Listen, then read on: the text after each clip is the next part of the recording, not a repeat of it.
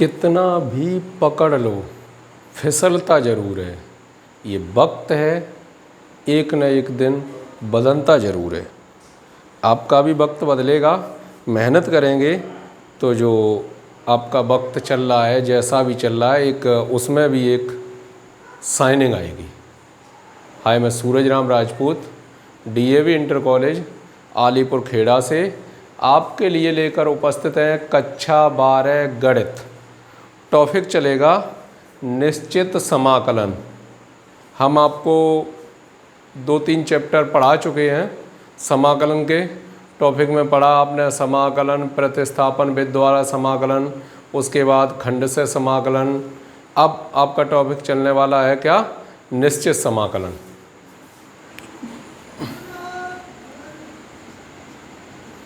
माना समाकलन f(x) dx बराबर कैपिटल F(x), तब समाकलन f(x) dx lower limit a upper limit b बराबर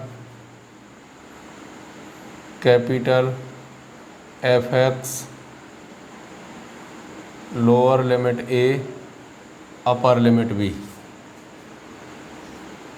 lower limit a upper limit b f(x) dx बराबर f(b) माइनस f(a), जहाँ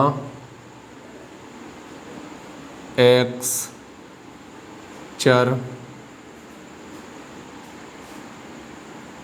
का समाकलन मान है।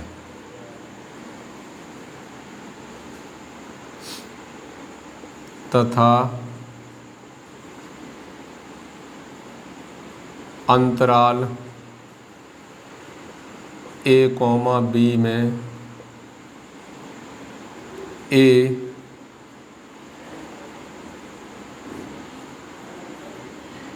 निम्न सीमा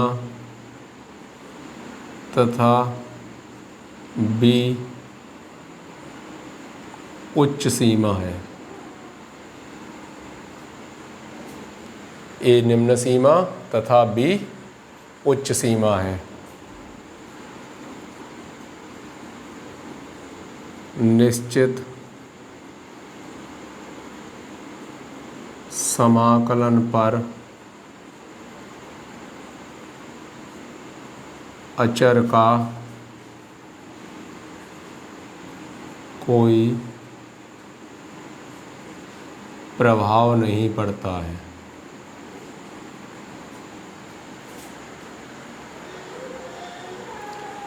आपको दिखाना चाहे इसके लिए भी कि जैसे आपने समाकलन किया x का ही किया x dx, तो इसका समाकलन करने पर क्या प्राप्त होता है ये तो आप जान चुके हैं, x²/2 प्लस c ये प्राप्त होता है, x²/2 plus c।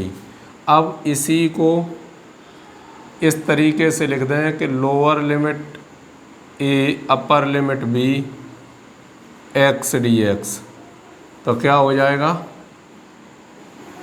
x²/2 plus c lower limit a upper limit b।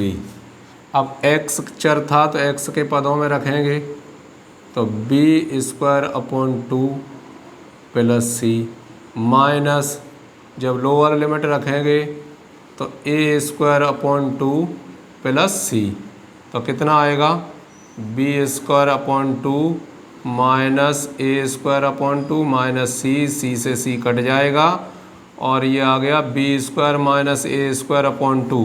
तो जो c कांस्टेंट था वो बिल्कुल समाप्त हो गया, समाप्त हो गया, अर्थात निश्चित समाकलन पर अचर का कोई प्रभाव नहीं पड़ता। और a है वो उसकी क्या है निम्न सीमा, जो b है वो उसकी क्या है उच्च सीमा है। आइए देखते हैं, एक्सरसाइज को देखते हैं। उसके बाद एक एक्सरसाइज पूरी होने के बाद तब इसके गुणों से अवगत कराएंगे हम आपको आगे चलकर। आइए देखते हैं एक्सरसाइज।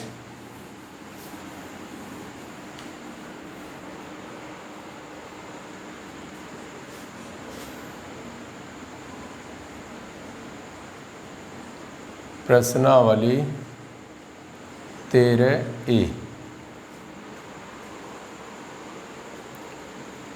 निम्न समाकलनों का मान ज्ञात कीजिए। निम्न समाकलनों का मान ज्ञात कीजिए। निम्न समाकलनों का मान ज्ञात कीजिए। क्वेश्चन नंबर 1, इंटीग्रेशन 1 से लेकर 2 तक x पे पावर 4 dx, x पे पावर 4 dx। आंसर माना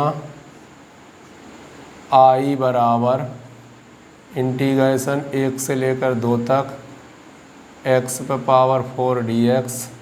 इसका समाकलन कितना हो जाएगा? x power 5/5, lower limit 1 upper limit 2। तो जो 1/5 है वो तो कांस्टेंट का काम कर रहा है। यहाँ पर अपर लिमिट लगा दी 2 पे पावर 5 माइनस, जब लोअर लिमिट लगाते हैं तो माइनस का चिन्ह आता है, तो माइनस 1 पे पावर 5, 1/5 32 माइनस 1 कितना आ जाएगा? 31/5, और यही हो गया इसका मान। ठीक है, इस तरीके से इसे सॉल्व करेंगे।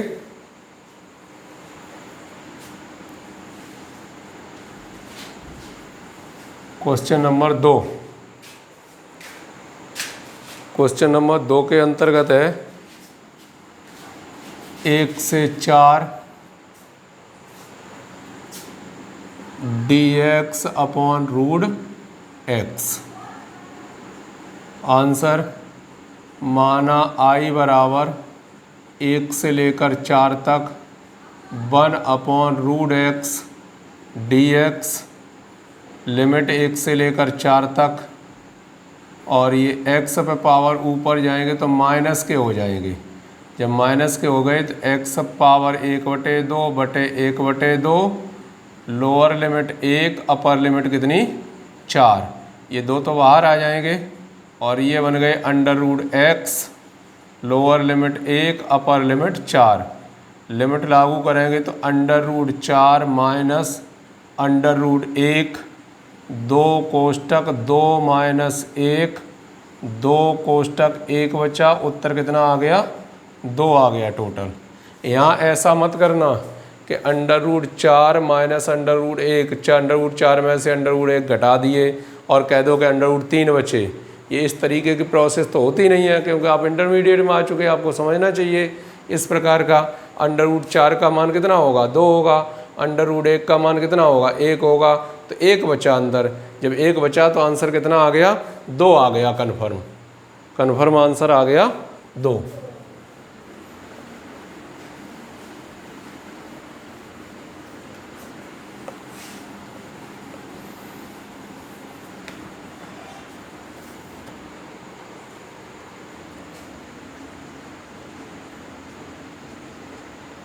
Question number 3, integration lower limit 0 upper limit 3 e पे पावर x/3 dx। आंसर तो इन्हें भी सॉल्व करना, केवल लिमिट बढ़ी हुई है, बाकी जो भी थे बाकी प्रोसेस आपको पता है वही रहेगी जैसी दी गई है। तो माना I बराबर 0 से लेकर 3 तक ई पे पावर x बटे 3 dx। ई पे पावर x का समाकलन ई पे पावर x ही होता है और बटे में उसका क्या आ जाएगा, अवकलन और आ जाएगा, या फिर आपको मानना पड़ेगा। चलिए बता देंगे अभी दोनों विधियों से आपको। तो ये 3 तो आ गए आगे आने के बाद क्या बचा, ई पे पावर x बटे 3 lower limit 0 upper limit 3। Limit लागू करेंगे तो क्या मिलेगा, ई पे पावर 3/3 माइनस ई पे पावर 0/3। तो 3 कोष्टक ई पे पावर 1 माइनस ई पे पावर 0, 3 कोष्टक ई माइनस 1, और ये रहा उसका आंसर। क्वेश्चन नंबर 4, पहचान में ना आ रहा हो तो ये है ई पे पावर x बटे 3। चलिए उसका सेकंड रूप भी बताते हैं किस तरीके से आप सवाल को सॉल्व करते हैं। 0 से 3 ई पे पावर x बटे 3 dx माना i बराबर, तो माना x बटे 3 बराबर t, dx बराबर 3 dt। जैसे ही आपने मान लिया, यहाँ परिवर्तन क्या होता है, जैसे ही आपने मान लिया तो लिमिट आपको चेंज करनी पड़ेगी। क्यों, जो ये लिमिट है वो किसकी लिमिट है, x की लिमिट है, और मान चुके किसके पदों में, t के पदों में। तो अब लिमिट हमारे पास किसकी होनी चाहिए, t की लिमिट होनी चाहिए। तो t की लिमिट x की जगह अगर 0 रख दें तो t का मान कितना मिलेगा, 0 ही मिलेगा, ठीक है। अगर x की जगह 3 रख दें तो 3/3 t का मान कितना मिलेगा, 1 मिलेगा। और ये आ गया e पे पावर t और 3 dt। 3 आगे आ गए, e पे पावर t का समाकलन e पे पावर t ही होगा। लिमिट कितनी, 0 से 1। 3 अपर लिमिट e पे पावर 1 माइनस e पे पावर 0, तो 3 कोष्टक e माइनस 1, और ये रहा उसका आंसर। आप समझ गए होंगे। यहाँ t के पदों में मानने के बाद अब तक जो प्रश्न सॉल्व करते थे उसमें ये देखते थे कि t की जगह क्या रखा है, लेकिन यहाँ वापस जो जाने का चांस था वो ख़त्म हो चुका है। आप लिमिट को भी, फंक्शन को भी t के पदों में चेंज कर चुके हैं और लिमिट को भी t के पदों में चेंज कर चुके हैं। जब t के पदों में लिमिट आ चुकी है तो केवल उसे अप्लाई करना है, न कि आपको वापस जाना पड़े। तो वापस जाने की अब आवश्यकता नहीं है, t के पदों में लिमिट परिवर्तित हो चुकी है, तो वहीं से उसका मान रखना है बस।